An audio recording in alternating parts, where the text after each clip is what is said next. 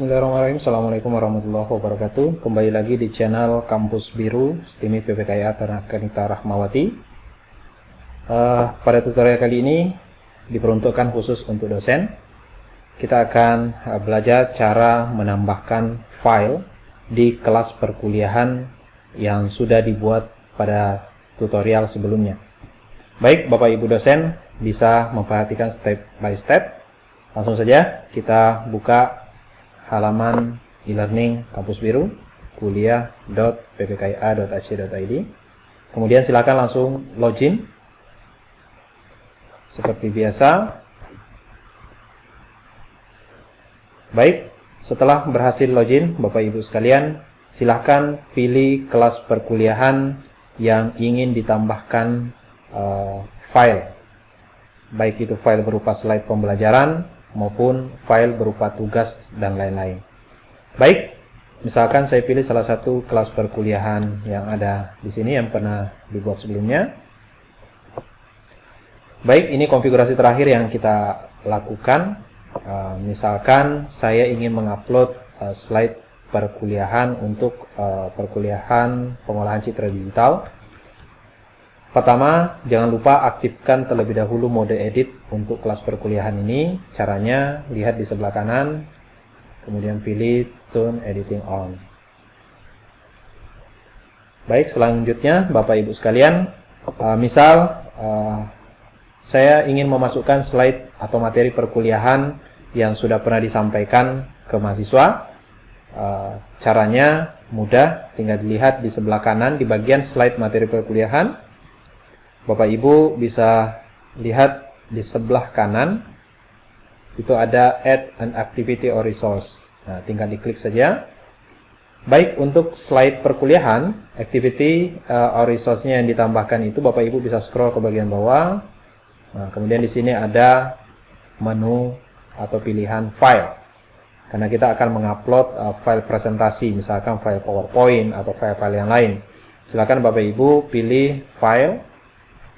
Selanjutnya, klik tombol Add di bagian bawah. Baik, selanjutnya Bapak Ibu perhatikan di bagian name ini wajib diisi, ada tanda warna merah ini. Misalkan di sini saya kasih nama pertemuan pertama atau slide pertemuan pertama. Baik, selanjutnya di bagian deskripsi, boleh diisi, boleh tidak.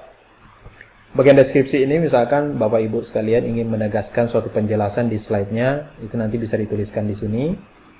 Atau hal-hal lain yang dianggap penting untuk diperhatikan oleh mahasiswa bisa dimasukkan ke bagian deskripsi ini.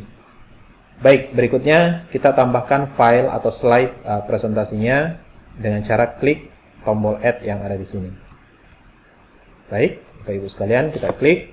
Kemudian di bagian file picker ini kita pilih upload file. Kemudian tinggal kita cari file presentasi yang ingin dimasukkan. Oke, kita browse. Misal saya pilih salah satu saja, misalkan introduction. Kemudian open.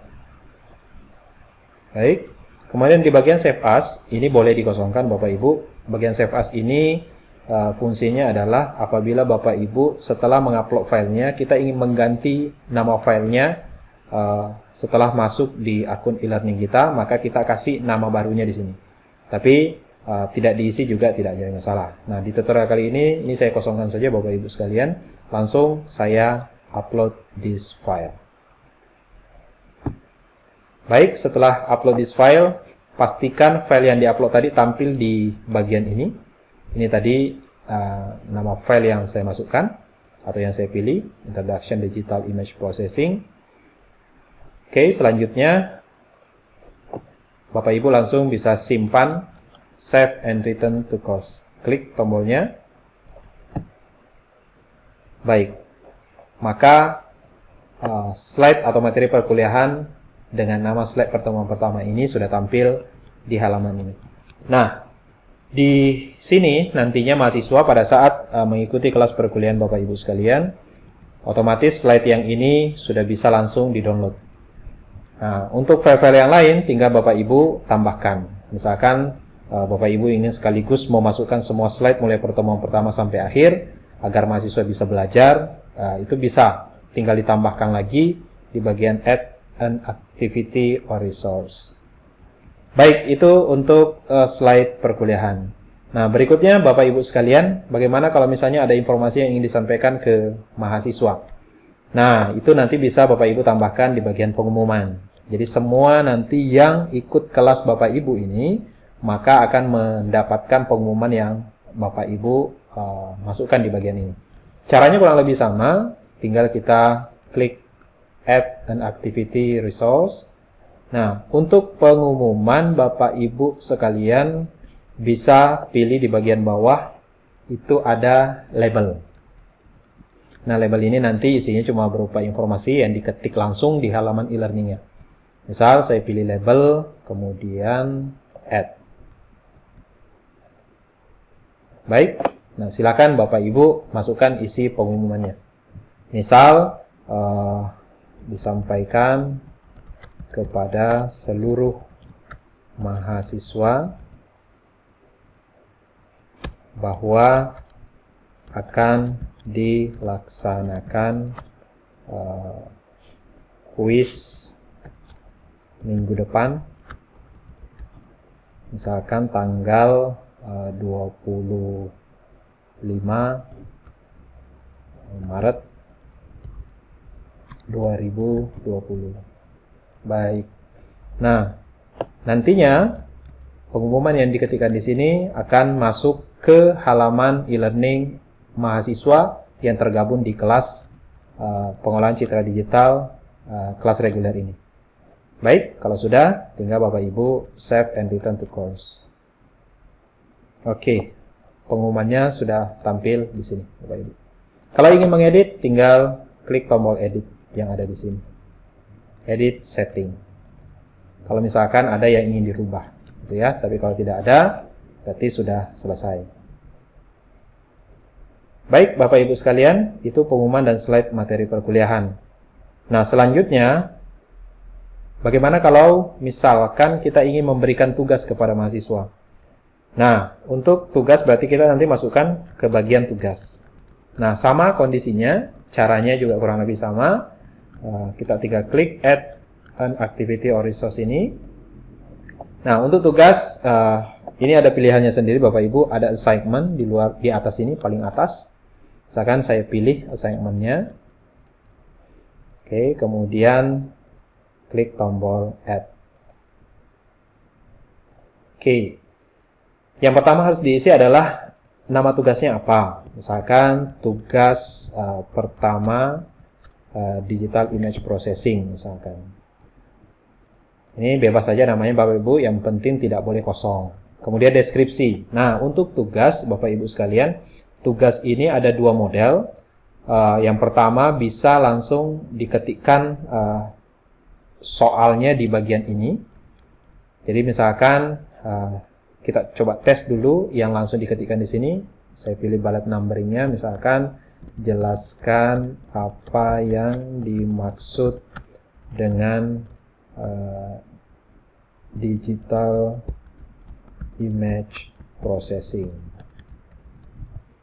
Kemudian yang kedua misalkan berikan contoh minimal 5 implementasi digital image processing. Oke, selanjutnya misalkan kalau soalnya lebih banyak ya tinggal diketikkan semuanya di sini. Baik, soalnya selesai. Di bagian availability ini pengaturan untuk ketentuan pengumpulannya. Nah, pertama, allow submission from, ini isinya adalah tanggal berapa tugas tersebut harus dikumpulkan. Oke, misal kita atur tanggal mulainya tanggal 18 Maret jam 00. Kemudian di bagian due date-nya batasnya sampai kapan. Due date ini bukan berarti lewat dari tanggal ini kemudian tidak boleh ngupload, tapi due date ini hanya membatasi batas normal pengumpulan tugas. Misalkan saya batasi tanggal 25 Maret 2020, kemudian jam 00. Oke, kemudian yang terpenting adalah cut off date-nya, Bapak Ibu sekalian. Nah, di bagian cut off date ini, kalau misalkan Bapak Ibu terakhirnya paling lambat tanggal berapa? Nah, ini kita aktifkan, misalkan saya aktifkan tepat tanggal 26. Oke, tanggal 26, kemudian jam 00 malam.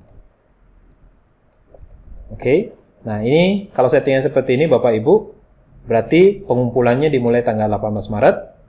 Kemudian apabila mahasiswa mengumpulkan lewat dari tanggal 25, maka dianggap tugasnya terlambat. Tapi tetap masih bisa mengupload tugas.